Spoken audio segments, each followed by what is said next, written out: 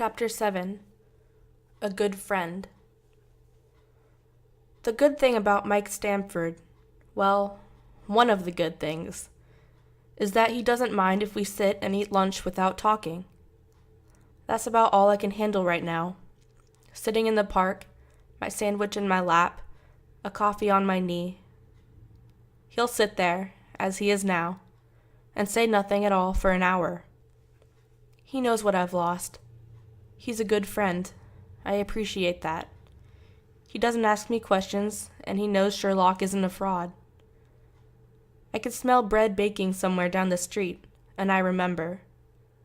It's as if we're still there, Sherlock and I, coffee cups in hand. Dartmoor. And because I know Mike won't mind, I don't try to stop myself from remembering. Bread fresh out of the oven in the back kitchen, pulled out to cool. The whole inn smells of bread, faintly. Even our room does.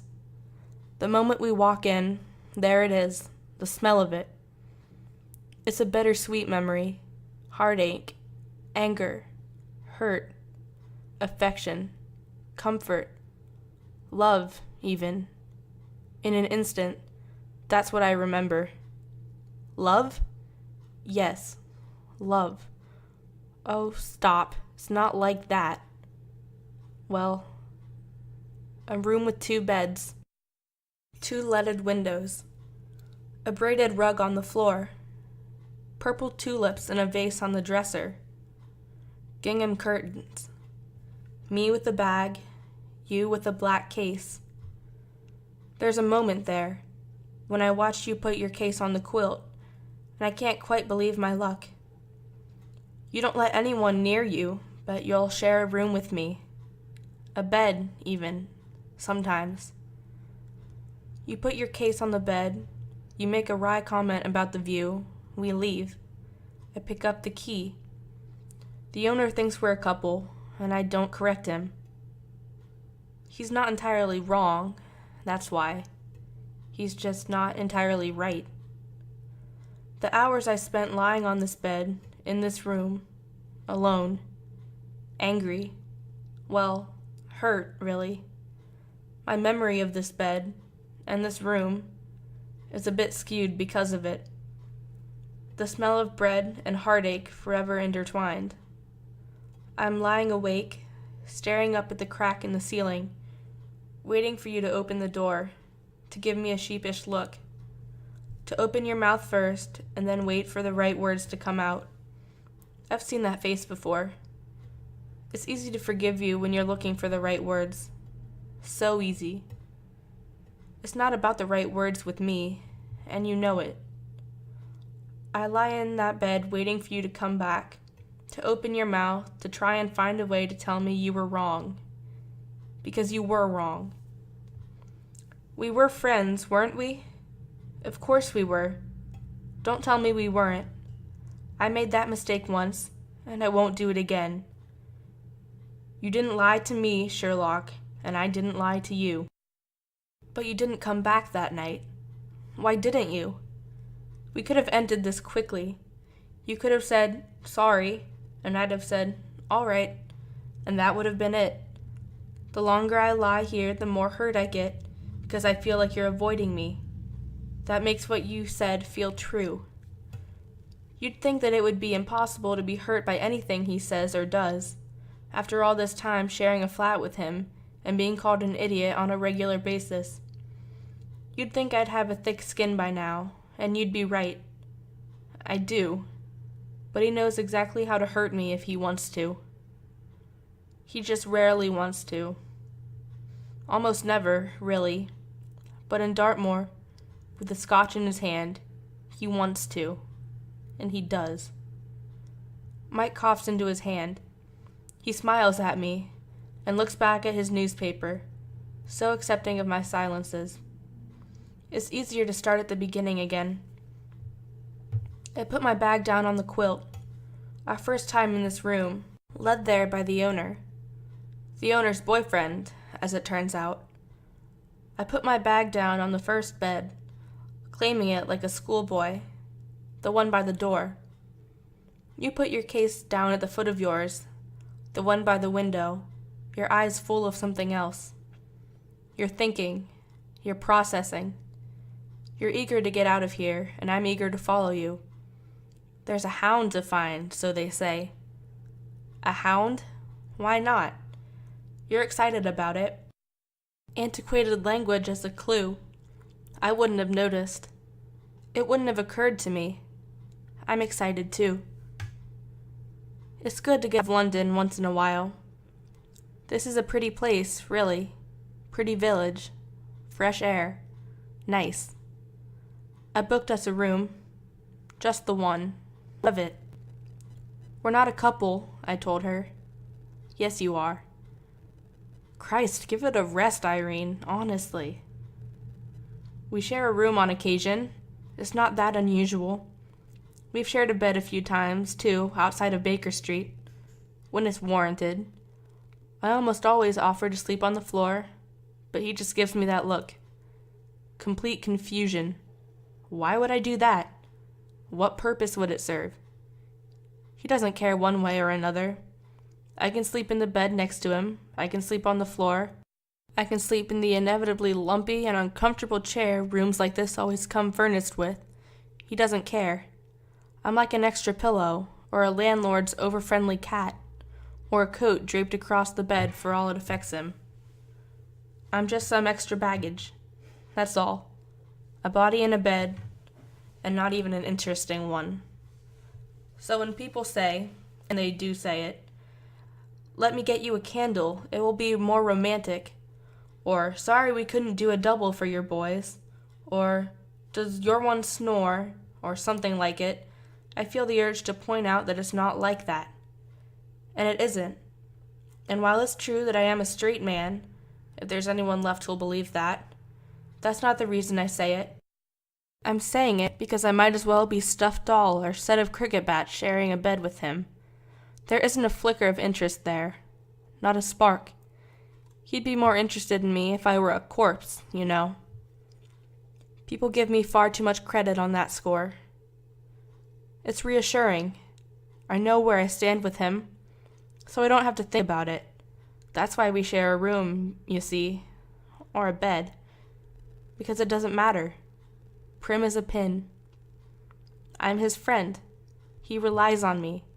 I take care of him. We have an agreement. Sometimes we share a room. Sometimes we share a bed. It's just to sleep. It means I'm less grumpy the following morning, that's all. Is that so strange? It's not, really. Our hypersexualized culture insists that everyone with a bond of any kind must surely be going at it, right? Shut the door and everyone's clothes come off. That's what people imagine. But that's not how it is. Well, his clothes do come off, admittedly. They came off in Dartmoor, the second night at least. Not the first. He hangs them up carefully. He folds his trousers. He polishes his shoes.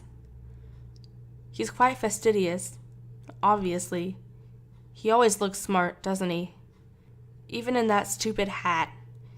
He gets the most posh pair of pajamas you can fathom. He's an innocent. It doesn't even occur to him that there's anything odd in sharing a room with me, or a bed with me. Public school boy, bed sharer, I don't know. He doesn't snore, to answer that question. Sometimes I'm not sure he even sleeps. He breathes. He barely moves. That's all. We didn't share a bed in Dartmoor. We didn't need to. They gave us 2 single beds. Just as well. It would cost a lot more for me to get a room of my own for no particular reason other than to protect my heterosexual reputation, don't you think? That would be ridiculous. We don't need 2 rooms. So I reckon, who cares if we only get 1? I don't care what people think about that. I don't. Not really. Fine. Someone wants to imagine we're a couple? Please. Imagine it all you like. Get off on it. I don't care. But we're not. You lie there beside me like you would if you were alone. Innocent, for once. No conflict, no dueling thoughts, no temptation. I'm not that interested in you. If I were, I think I'd know it by now. Would you? Yes, obviously. Of course I would. I'm not an idiot. Where did you get that idea? I wonder if your recycled words are going to go through my head forever. Will you answer all the questions that occur to me for the rest of my life? Some snarky reply to every passing thought? Is this how it's going to be? I know why you lost your temper, why you ordered the scotch. I know why. I felt it too, the terror. Seeing things that aren't there. I know how it feels. What I don't understand is why, when you were terrified, the first thing you did after ordering the scotch was to tell me that we aren't actually friends. Was it a bit of honesty? Was it a bit of your armor slipping? One tiny hint that I don't really know what's going through your head or who you really are? That I can't ever know? That turned out to be true, in the end. I had no idea you would do this. No idea at all. I know the real you, I say to you. That's back at Baker Street. Me looking out the window, you sat at your desk. Rumors flying. 100%, you ask me, like a challenge. As if it can't be true. I can't possibly know you so well. As if you want me to consider the idea that I might be wrong, that you're a fraud, a fake. Is that what you meant? Is that why you said we aren't friends? Because you don't think I can ever really know you with all your fucking complicated, exceptionally brilliant gray matter? Do you want me to think that you're a fraud just to avoid the complications of this? Jesus, you think too much. I'll make sure nothing happens to you, you say, but that's another memory. That's a form of apology, the 7th or 8th. Not just for what you said to me by the fire, but for what you did to me later. For locking me in a fucking lab and watching me go mad. I don't know about the experiment when you say that to me. I didn't put 2 and 2 together then. But I'd already forgiven you. You must have known that.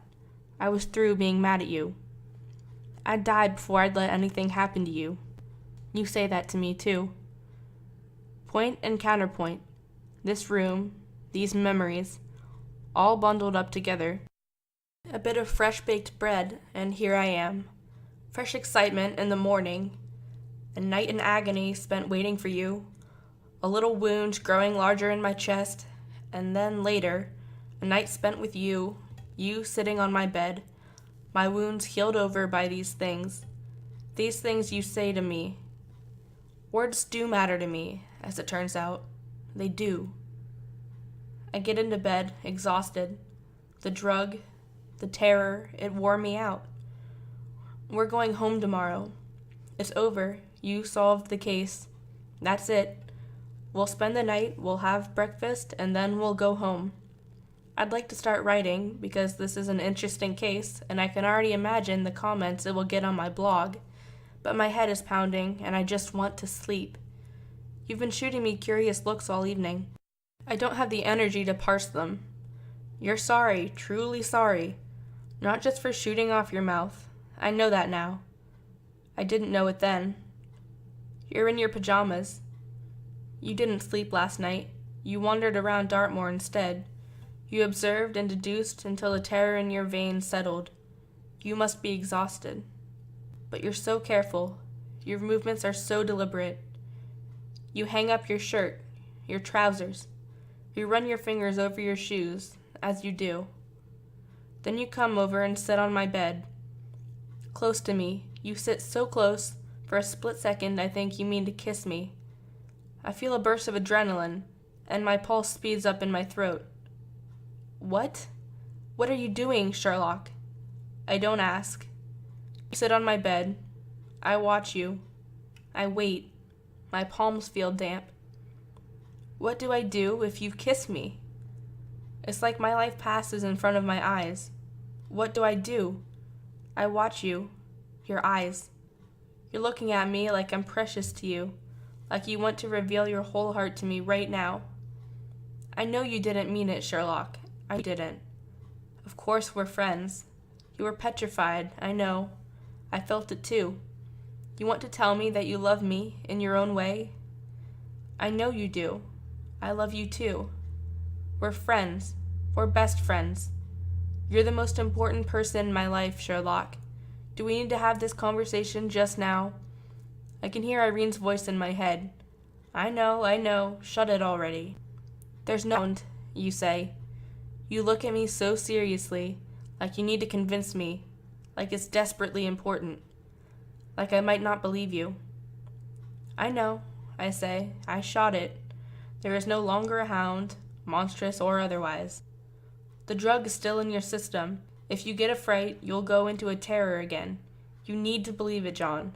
There is no hound. I believe it. There are no other monsters on the moor either. You down, fixating for a moment on the button on my pajamas. You're uncomfortable. You feel guilty. Guilty for the experiments, for telling me I'm not your friend, for hurting me. For what else? Maybe you knew, even then, that you would leave me like this. Maybe you know how this was all going to end. I know there are no monsters on the moor. There's just you and me in this room, you and me. And that's dangerous enough. I'm sure there are some murderers in vicinity. Statistically speaking, it's likely, you concede, and you look back up at my face again. So serious. And sad? Maybe. Why are you sad, Sherlock? Or am I only reading that on your face in retrospect? But I won't let anything happen to you. You say it with such determination, as if you could stop it, as if you could prevent the worst from happening to me. Well, what do I know? Maybe you can.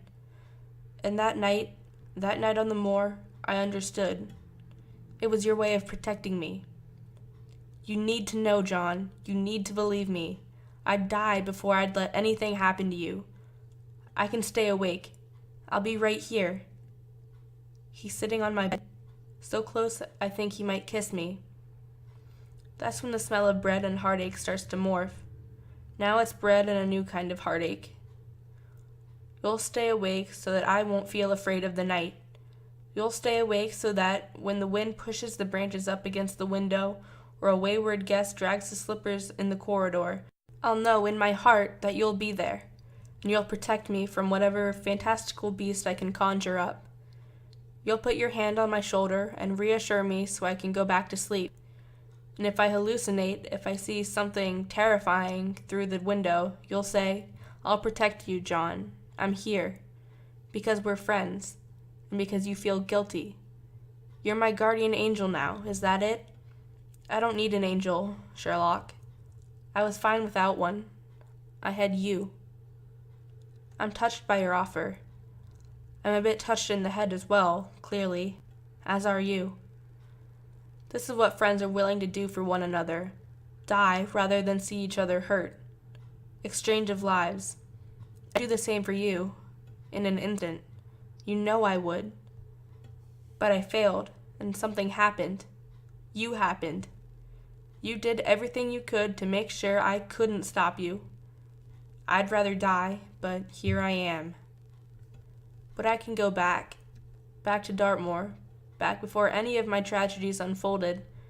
I can remember what it was like to be blissfully unaware of them, to hear you breathing, while you may or may not be asleep beside me. This is Dartmoor, and the worst thing in the world is you suggesting my friendship with you is all in my head, and you sitting on my bed, trying to reassure me, to make me feel safe. You staying awake through the night is hardly reassuring, you realize. You'll get bored and light your quilt on fire. I know you, Sherlock. I know you. You don't need to do that. You didn't sleep last night. You can read my tone of voice. You know I've forgiven you. You know I believe you. You'd die before you let anything happen to me. I believe it. You'd die first. You did die first. I'll be fine. Staying awake 2 nights in a row, that's nothing to you. The most I've seen you do is 5, and even then you were only a bit woozy. We'll both be fine. What I want to say is, you still have the drug in your system too. Do you think you won't get afraid, start hallucinating again? That you won't need defending in the middle of the night? I'd die before I let anything happen to you either, so we're even. But I don't say that. I don't know why. Go to sleep, Sherlock. Good night, John. You reach out and touch my shoulder. comfort, affection. Then you stand up and bury yourself in your own bed. I fall asleep to the sound of your breathing. I can feel the heat of your hand on my skin long after it's gone. I'd better get back to the lab, Mike says finally. Right, I tell you for lunch. Sorry well, you know. Mike smiles at me. It's fine. He's a good friend. A very good friend.